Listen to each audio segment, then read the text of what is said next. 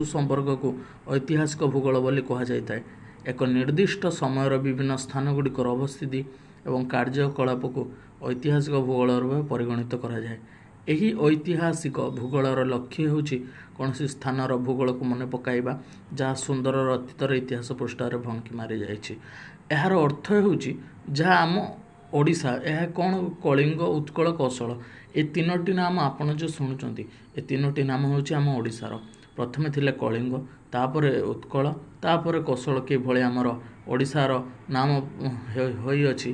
कलिंगर कौशल तथा मगध तथा ओडिशा नाम किपरि परिवर्तन होइछि ता सम्बन्धरे एठारे जानिबाकु पाइथाउ। वर्तमान ओडिशा अतीतर कलिंग कौशल आदि विभिन्न भागरे विभक्त।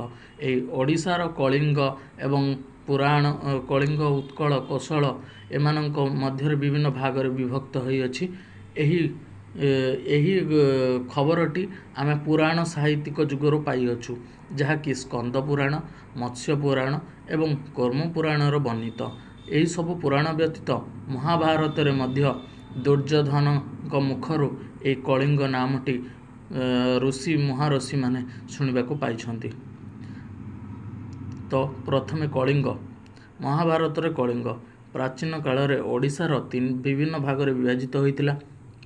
तन्मध्यरु कलिंग अन्यतम। गंगा ठारू गोदावरी पर्यंत विस्तार करिथिला। एही उर्वर उपकूलवर्ती अंचल थिला स्थल विशेषर पर्वत एवं अरण्य अध्युषित अंचल जहाँ एही राज्य को एक प्राकृतिक सीमा प्रदान करिथिला।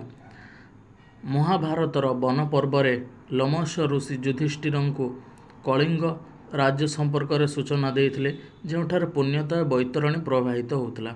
एही वर्णनार आधार करी प्रोफेसर बी सिलो एवं एच.सी. रायचौधरी अनुमान करिथांती जे कलिंग पूर्व उपकूल स्थित बैतरणी सीमार गोदावरी कूल पर्यंत विस्तृत थिला आमर कलिंगर सीमा। तापरे आमे आसिबु पुराण तथा प्लानिंग को वर्णना रे कलिंग। महाभारतर एही वर्णना ग्रीक लेखक मानकर वर्णना सहित अनेक अंशरे मेल खाई थाए। मेगास्थनीसंक वर्णना अनुसार गंगा नदी थिला कलिंगर पूर्व सीमारे। प्लानी कलिंग को तीन भाग विभक्त करते यथा गांगारिडेस कालिंगाय माक्य कलिंगाय एवं कालिंगाय। तांक वर्णना अनुसार ए राज्यर दक्षिण सीमा गोदावरी नदीर कूल पर्यंत परिव्याप्त थिला। मत्स्य पुराण कूर्म पुराण और स्कंद पुराणर तथ्य को आधार करी ऐतिहासिक माने कलिंगर पश्चिम सीमा नर्मदा नदी कूलस्थ अम्रकंटक